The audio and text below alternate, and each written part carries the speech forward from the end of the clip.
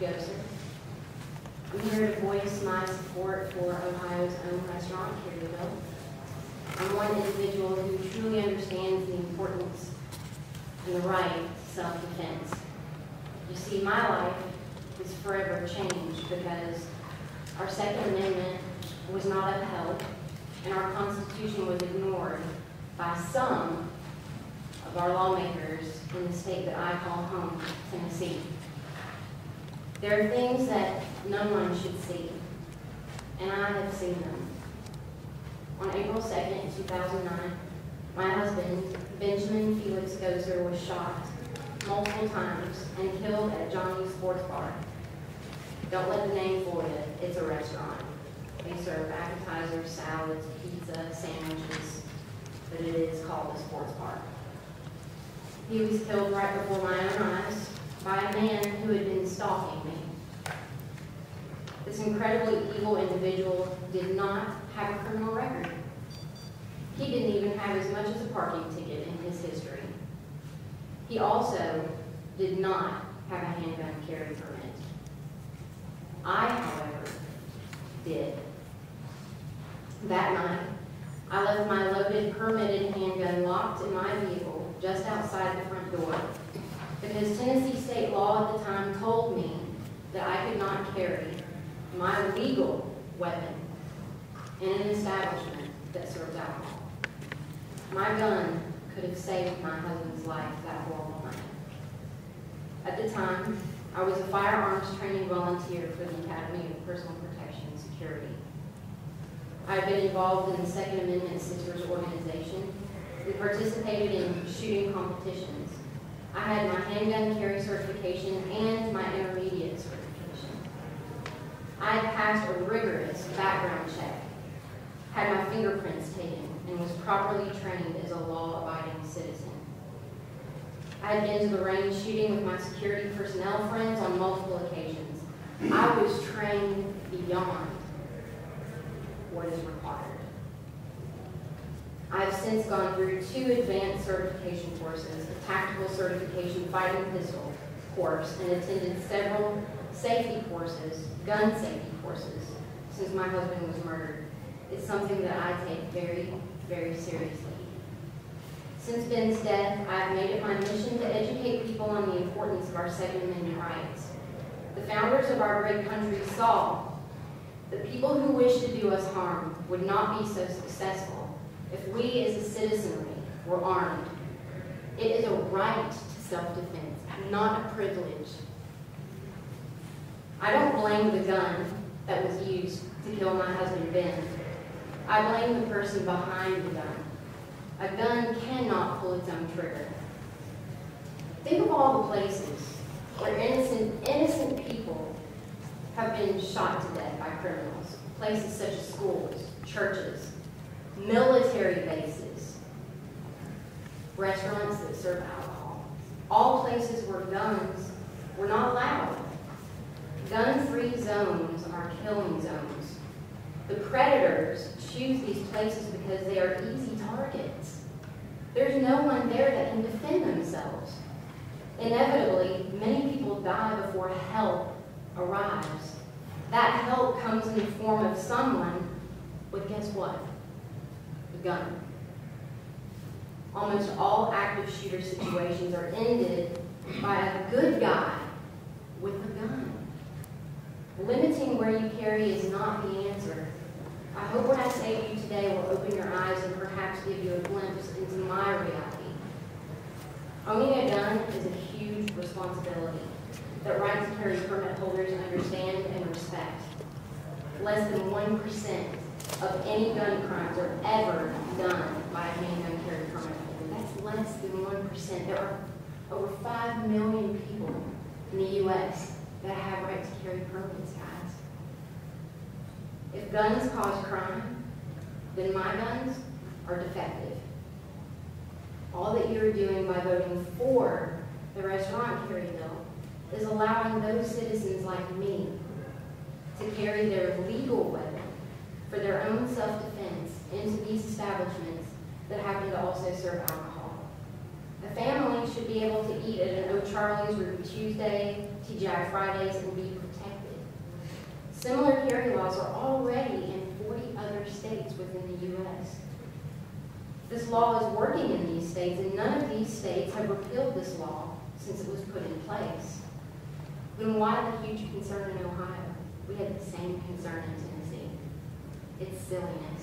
The media runs with it. Guns and bars, guns and bars, guns and bars. Let's scare people half to death. You cannot drink or be under the influence of alcohol and be in possession of your firearm. Period. Guns and alcohol do not mix, and they won't mix by law-abiding citizens. The only person that would mix them and hurt or kill someone is a person that's going to do it anyway, regardless of a law.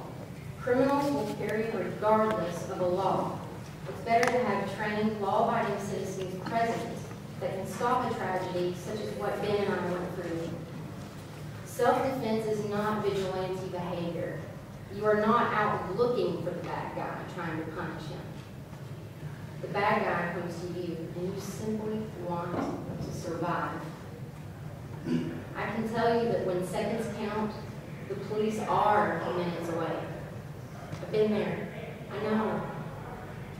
They'll get there in just enough time to put up the crime scene tape and take pictures of your loved one. I respect police officers. They do a great job.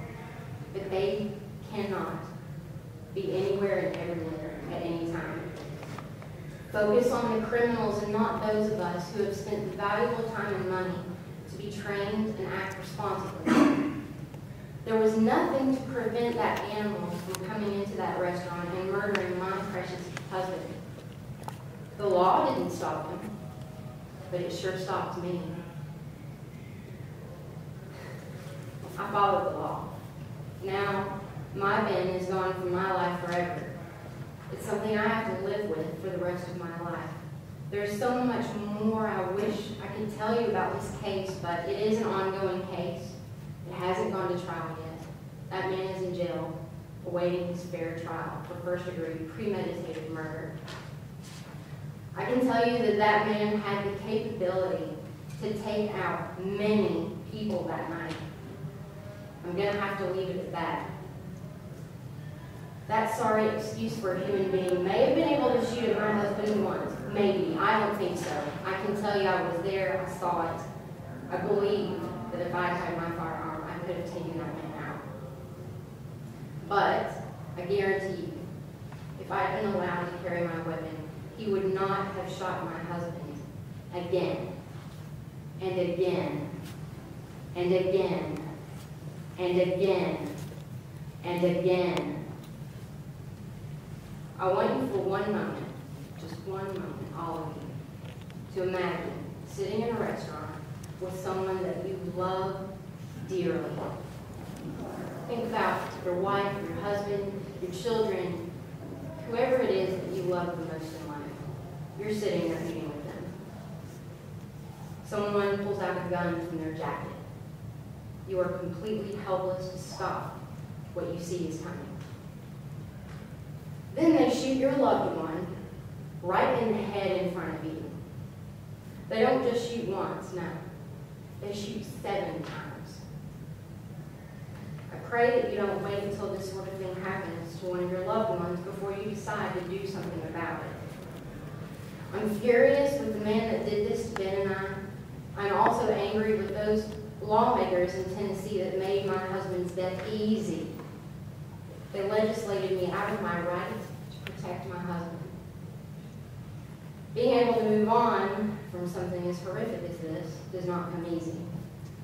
I still see Ben killed over and over again in my mind every day.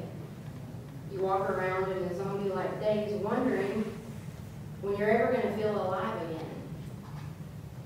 I never know when I'll be able to sleep well or when I'll be up half the night witnessing his death again. It's something I would not wish on my worst enemy. I hear people say, you're so brave and you're so strong, and I just say, no, I'm really not. All I can do is press on and hope that what I do with my future will be a testament to Ben and the love that I was lucky enough to have with him for a very, very short time. I hope that what I've said to you today will really make you think about how important this bill is and why it needs to be passed. Please vote on the issue and not just with your political party. For Ben, it was the difference between life and death. You have a chance to make a difference and help people have a fighting chance at survival instead of just being pure victims like Ben and I were. Thank you. Do you guys have any questions? Thank you, Ms. Grocer. I think this is some of the most compelling testimony I've heard in my short time that I have been here in the House of Representatives, and I want to speak for all of us that we feel deeply for your loss, and this story is